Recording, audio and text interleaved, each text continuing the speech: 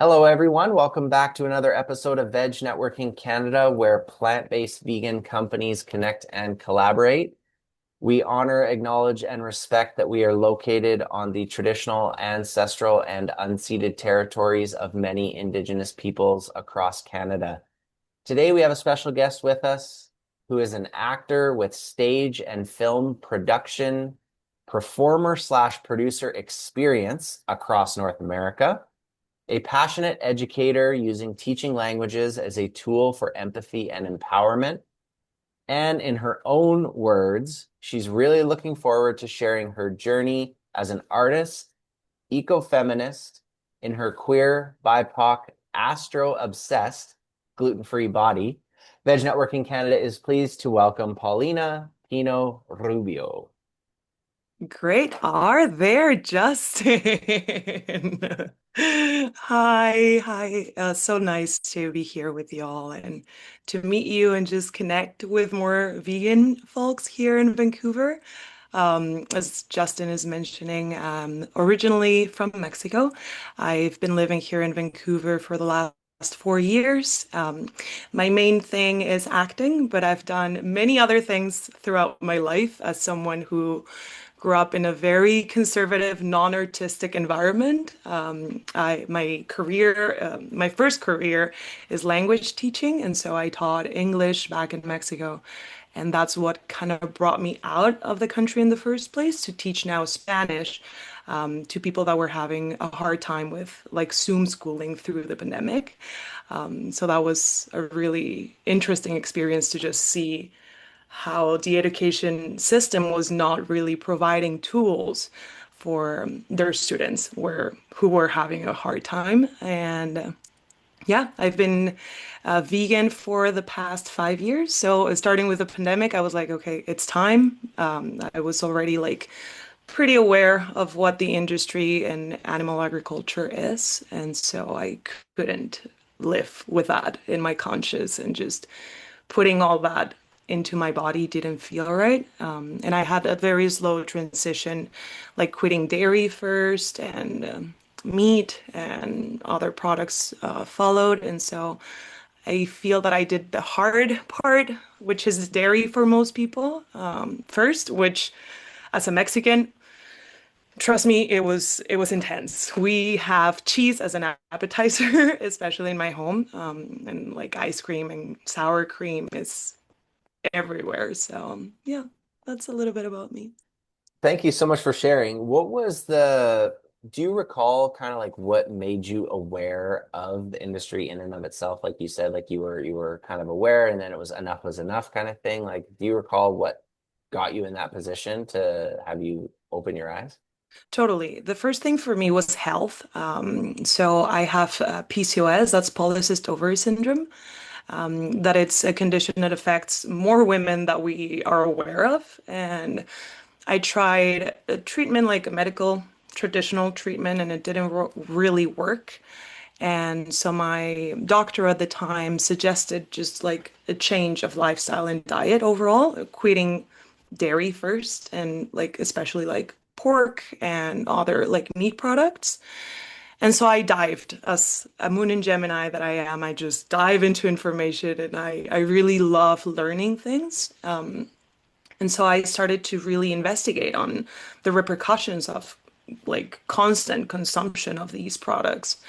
And it turned out that it was not only harmful and horrible for my body, but for these beings as well. And just like the life quality that they were having, even in like these like very cared farms or like more like smaller farms back in Mexico, it's still pretty upsetting to see the life that these animals are experiencing. And so it started to ring an alarm in me and in my heart and my soul. And so it was a very slow awakening into it.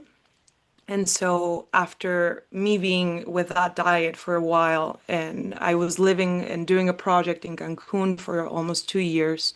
And so just being so close to nature, and I was still eating fish at that time and sea animals, and just to come back from it and be like, I can't keep doing this. It doesn't make sense to me with my values and with what I stand for. So I started to read a little bit more about ecofeminism and the relationship between what we do to animals and what we do to women in different regions of the world, especially. And it just, everything clicked. And it was a very vivid moment that I still remember exactly, like where I was sitting and just what I was reading and going through and experiencing in my memory. And for me was a hard, I can't continue to do this. I value nature too much. I value myself and animals that I can't keep going on this. So yeah. Hmm. Hmm. Wow. Powerful. So switching gears a little bit, perhaps, you're an actor, which is, a form of being an entrepreneur for sure. And you also mentioned, you've done acting, but also a lot of different other things. So what is your origin story around entrepreneurship, or how would you kind of frame that or communicate that? Well, I'm the first one in my family to be outspokenly an artist. And so I didn't have like someone to follow in my family. And actually, I was highly discouraged from pursuing acting, especially because at the time that I mentioned it to my family, there was a very like heard case of like women trafficking that were art actors. And like my mom was like, no, you can't do that. And I was like, no, I can't do that. You're 100% right. And so I kind of like put that on pause for a little bit, and then I didn't know really what to do with my life. And so that's when I went into like language teaching, and then I have a bachelor's degree in international trade. Like I'm a little bit all over. And when I was finishing uni, a friend asked me to do a photo shoot, like a rehearsed photo shoot for her and a brand that she was working with. And we did it. And in the end, the outcome was so good that she actually sold the photo shoot to this company. She was like, dude, you can like make money with this. And I was like, oh, I don't, can you? I don't know. And she pointed me in the right direction. I went to meet an agent, and the agent signed me, and they were like, "Oh, so are you also interested in acting?" And I was like, "Oh, like that moment that you get to see on like certain TV shows." I felt bad, like coming just back to my childhood and remembering how I would play a movie and like reenact it at the same time that that was happening on the TV. And so it was really just like, okay, I needed to gather all these skills before actually jumping into being an actor because now I have the business part completely like I know how to do a business, I know how to run a business. I have English now, like great. So now I have all these things to offer and sustain me as well while I'm pursuing acting. Because, of course, with acting, it's like maybe you have a project right now and maybe you don't have anything for 8 months or, it's like very like flowy. And so now being the age that I am, I totally understand why life was like, not yet. Just hold on to it. And so I did, and I'm really thankful for that because now I've learned of the things that really mean something to me, like feminism, mother nature, and how those things are portrayed in stories, and how we keep telling the same stories about these things, or we can tell them but now maybe from a different perspective and from a different set of eyes, which is something that I've been diving into a little bit more now. Hmm. What comes up for me is like I was just reading a stat in my work earlier today about I think it was something like 5 to 7% of research funding goes to women's health, yet they make up over 50% of the workforce. And it was just like, why is that that way? And anyway, I don't know why that came up with what you were just saying, but it did. Yeah. So, where is your personal brand going in the future? Well, I'm still figuring it out, but I feel that as someone who's descendant from both European and indigenous communities in Mexico, I feel that I have this ability to build bridges between communities and between even like sectors or different people. And so for me, especially now here in Vancouver or in this part of North America, I've come to realize that yes, we love Mexican culture and we love the food and we love the stories and Frida Kahlo. Yes, absolutely. Wonderful. All great. But there's still so much. There's still so many painters, like even before Frida Kahlo, that we don't know anything about. There's still so much more in being Mexican than that people maybe here are not exposed to yet. So something that I did 2 years ago and that really like started to set the ground for what I want to do now as an actor and also as a producer. I did a play fully in Spanish, but with English subtitles. And it was like live music and also like a lot of audience participation. So it was just like, come and have fun. If you understand, great. If you don't understand, you're going to have a blast anyways.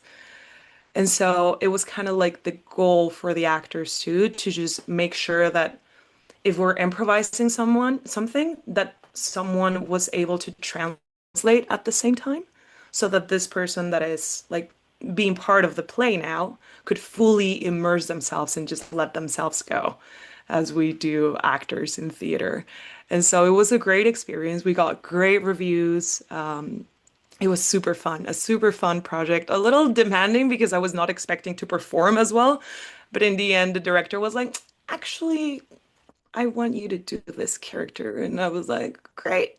Okay, I need an assistant now for producing. So it was really, really fun. I got to also sing, which has been something really new for me. And sing like this rancheras, mariachi songs that are like very strong and like usually for women, we're like commonly in the music world, female voices are like very high pitch and very like feminine and very childlike. And in Mexican music, they're not like they have a body and they're low and they're powerful. And that's the kind of voice that I have. So it has always been like really hard for me to reach those Ariana Grande kind of notes. But now to be able to do this in Spanish and very confident, it was wonderful. And so that's the kind of work and the kind of branding that I want to keep doing. And also bring back something that I see a lot here in Canada, that it's this part of reconciling with Indigenous communities and with the land.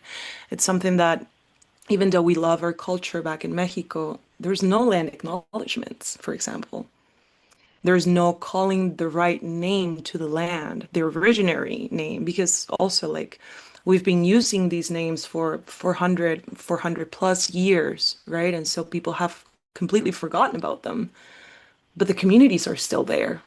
The indigenous communities are still living in those lands. So that's something that I've been bringing a little bit more into. And so, yes, I am from Moxico, that's the name in Nahuatl, but I am from the Otomí Valley, that it's commonly known as Puebla, that it's right next to Mexico City, or what was called Tenochtitlan. So, yeah. Beautiful. And that reminds me, like in our land acknowledgement here for Veg Networking Canada, the reason it's so, it might be interpreted as so like superficial or kind of basic is because it's Canada wide. Like we have people coming from all over the place. So we don't have the ability necessarily to say exactly the location that we're coming to you from because from everybody's from all across Canada. But yeah, that's meaningful. And so your industry in arts and stage work and film and producing and acting and all of that, what are, if any, trends, but maybe not necessarily, because the way we frame this question is trends or transformations. And the reason why is because we're not that interested necessarily in trends that are going to come and go. We're more interested in the future of what's transforming in the industry of the folks that we're speaking with, and what can we kind of look forward to? And so that's the framing of the question. So with that said, in your industry, like any trends or more so transformations? Yeah, absolutely. Definitely much more attention to intimacy work, which it was really needed. So whenever there's like a kissing scene or a sex scene as well, there was no coordination like it maybe 10 years ago. And so you would just go on set and expect to perform and be completely intimate with this person. Maybe you'd rehearse with the actor before. Maybe you'd have like some blocking, but there's no one coming into set or like really preparing the scene in an emotional and physical level when there can be sex trauma for one or two or all of the performers. And so you don't know what you might be triggering in this scene. And so who holds and like supports the performers, you know? And so now I'm starting to see more and more like every set has an intimacy coordinator, even if there's no like romantic scenes or scenes that might be needed for an intimacy coordinator. But there's a story and maybe there's an assault scene. And so we bring in, even if what we're only seeing on screen, it's like only voices, there will be an intimacy coordinator paying attention to how this is addressed. If there's nudity, there's going to be an intimacy coordinator as well. Because back in the day, that didn't exist, which might surprise so many people. But you would be naked on set with 50 plus people and nobody to care about you and nobody to care about like your intimacy. You would just have maybe one of the 80s or the grips like holding a rope ready for you. And that's all the care that you need. And so now I'm starting to see that a little bit more also in theater, which is refreshing because as someone who has experienced sex trauma, like you don't always feel safe in a scene, especially if you're surrounded by like male presenting people, you know, and like you don't know what they're doing after with the footage or if they are actually stopping like the recording, you know, like all these things that can happen. Maybe not so much in like bigger production, but like indie production or smaller productions can happen. So I see a little bit more responsibility, also a little bit more sustainability, which is something that I'm like every time that I'm on set, I'm like, this is so much garbage. Please, please, so much food waste. And I can't stand it, but I start to see a little bit more consciousness about it, a little bit more companies that have like these like returnable containers as well. And so you would just get one at the like the beginning of if you're recording like the entire season or just the beginning of the day, you'll get one. It has a QR code so that they know who has which container, and then you'll just reuse that every time instead of having like these like styrofoam or like compostable containers. So there's hope and set to be safer and to not use as many resources as we have been. Yeah, that's so interesting. And exactly why we asked that question is what is the hope in the industry? Is it improving? Where are we going? So, two very different answers, very important, impactful answers. That's great. Um, no right or wrong answers for this one. It might be something that you've done in the past or currently doing or looking to do in the future, but it's a question around giving back. What does that mean to you? Is it your classic charitable donation monthly or annually to the causes you care about, or is it donating skills or time? Like, what does giving back and charity look like for you? Well, activism has been really important throughout my entire life. The school that I went to, even though it was Catholic, we would always do like some sort of like donation of time and like going into maybe a community and helping them with the crops, like literally, or stay that with them for a couple of days to just be able to be there with them and support them in any shape or form. And now, as someone who's like a full responsible adult, I've been more involved with feminism, and it has really, really changed my life. It has helped me and healed me in so many ways. And so something that I am currently doing with a partner with House of Genus, or Genus, that it's the common name, which is a queer, more sapphic, kind of like a dive bar here in Vancouver. I don't know if you guys have heard of it. So unfortunately, the queer scene in Vancouver, it's like male centered. Uh, Pretty much every bar on Davie is like very welcoming for the gays, but not for the other queers. And so this is the first space that it's femme centered and trans centered in Vancouver. And something really sad though, it was plant-based and now it's not. Now it has meat products because they have to stay alive. Like the owner is vegan. And so she's like, I know, but like numbers are numbers. And so, yeah, we're staying alive somehow, which is already very difficult for new businesses in Vancouver. But something that I am doing, we're hosting, well, I'm the one organizing the community nights because we also have come to realize that most of the experiences out there for queers are like around partying and like drag shows, which are needed for the community. We need to dance and shake it all off, but we also need to gain skills because if we don't have a community that's like empowered, we can't do the revolution that we want to do. And so what we've been doing, it's just community nights that are pay what you can for language development. So learning Spanish, learning English, even French, Portuguese. We've done like astrology nights as well, just to gain some other skills, have a different perspective, poetry writing. Now we have macrame knitting, and all these are like very like low effort. You don't need to come with any form of knowledge. You can just literally come and knit your own thing if you need to. If you've never learned Spanish, for example, you can just sit and enjoy. If you know Spanish already, please come and have a conversation with us. And so I feel that as someone who identifies as a queer, as a person of color, and someone who has been able to gain different skills because I just have that natural curiosity, I understand that it can be hard for people that are neurodivergent, people that are very busy with work, that are very busy with trauma as well. And so just to be out there and offering these options to people has been really rewarding, and just being present in the events that are important, like the International Women's Day, the Dyke March as well, trans women's movements. Yeah, that's pretty much my way of giving a little back.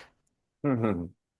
Now, maybe you're going to be thinking about from like a lens of empathy, empowerment, trauma, maybe specifically acting, producing, who knows? But the question is around resources, whether that's books, podcasts, apps on your phone.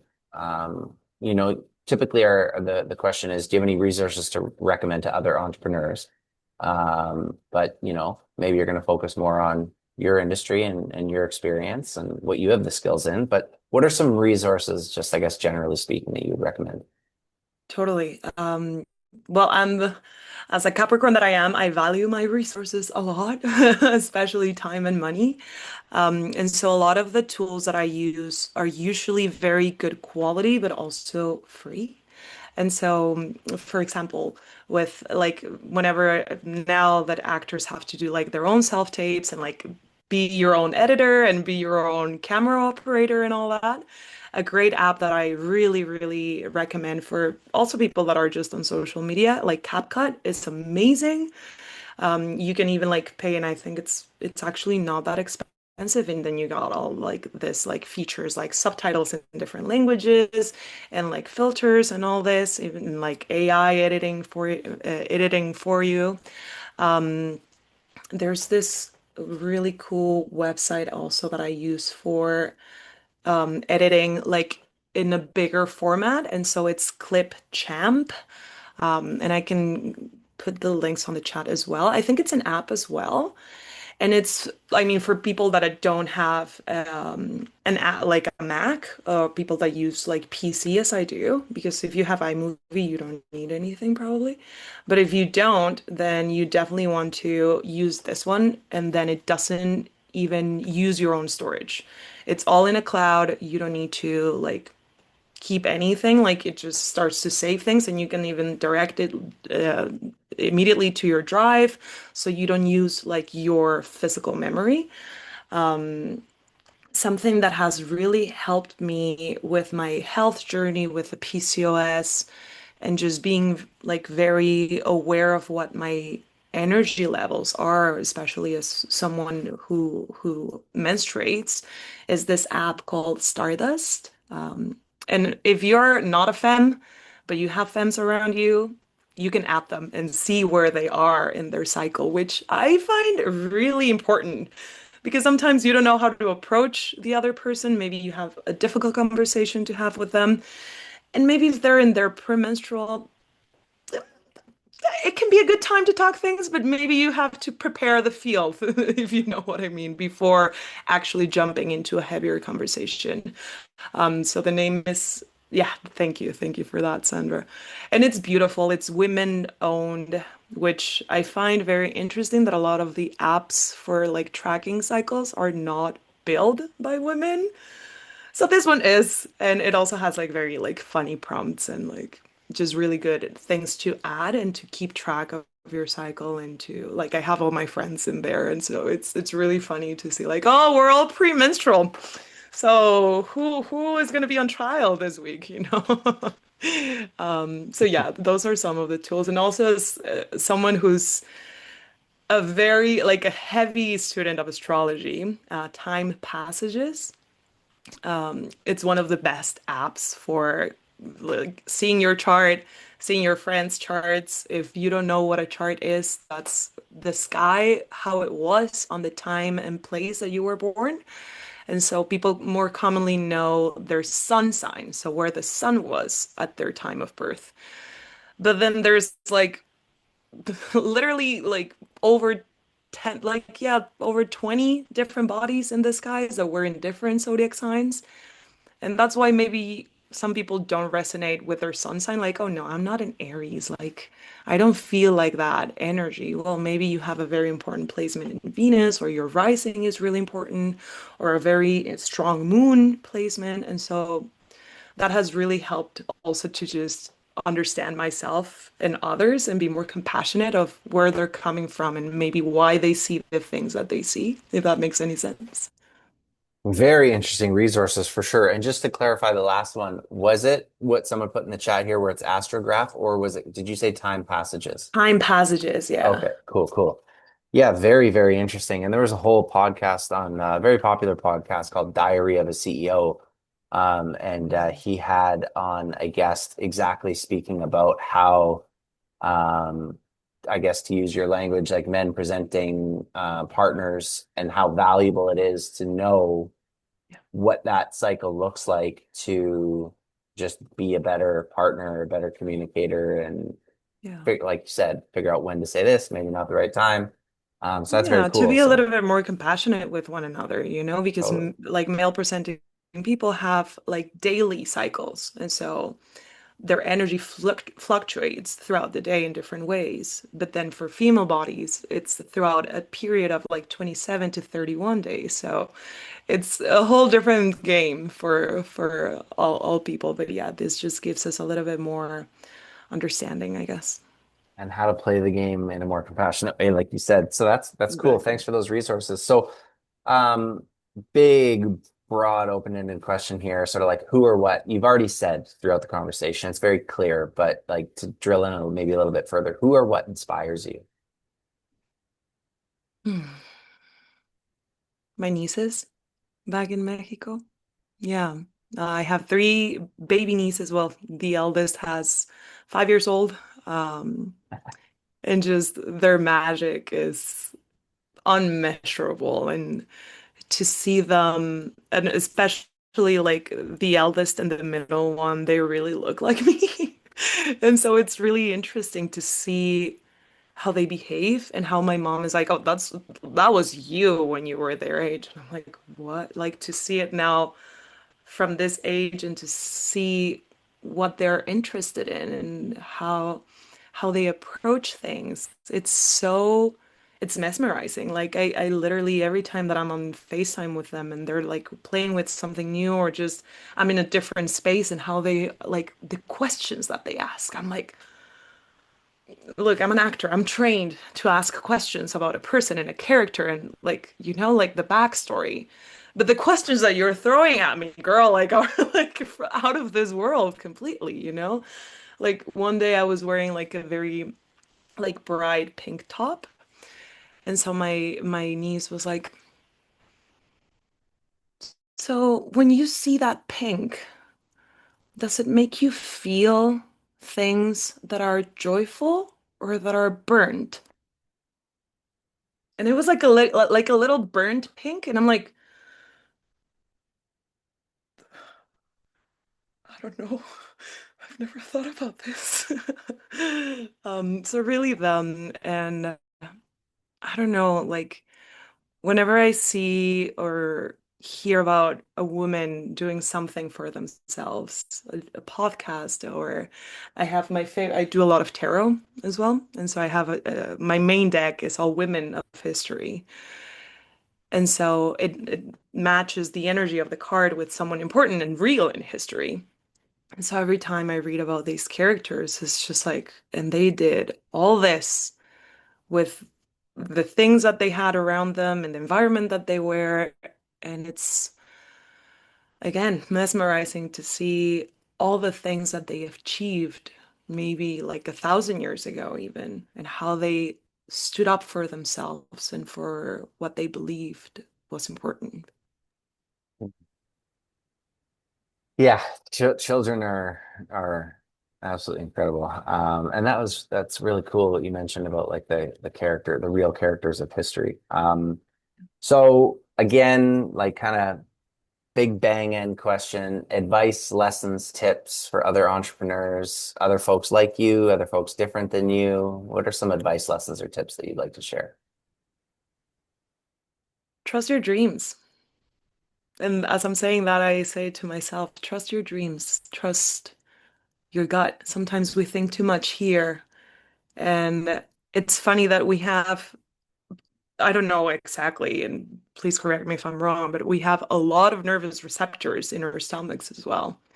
And so they call it the second brain, right? And I find that sometimes whenever I'm doing something that I'm not fully deciding to do, my stomach kind of like contracts. And my therapist pointed it out, like, yeah, that's a response of your body being like, yeah, no, we don't want to do it. No. And so trust that. Trust that and see where it takes you. So far, it has taken me to make better choices for myself, to stand firm in my values and my beliefs. And sometimes I dream things that are maybe for some people impossible, for some people in my life that have told me like, oh no, this is not something that it's serious, or if you can dream about it, it is serious. It can be real. And maybe it's idealistic, but maybe you'll be the first person to put that first stone, that first seed, and maybe someone else will come after and follow your path. Um, yeah, I think that's all I have for now.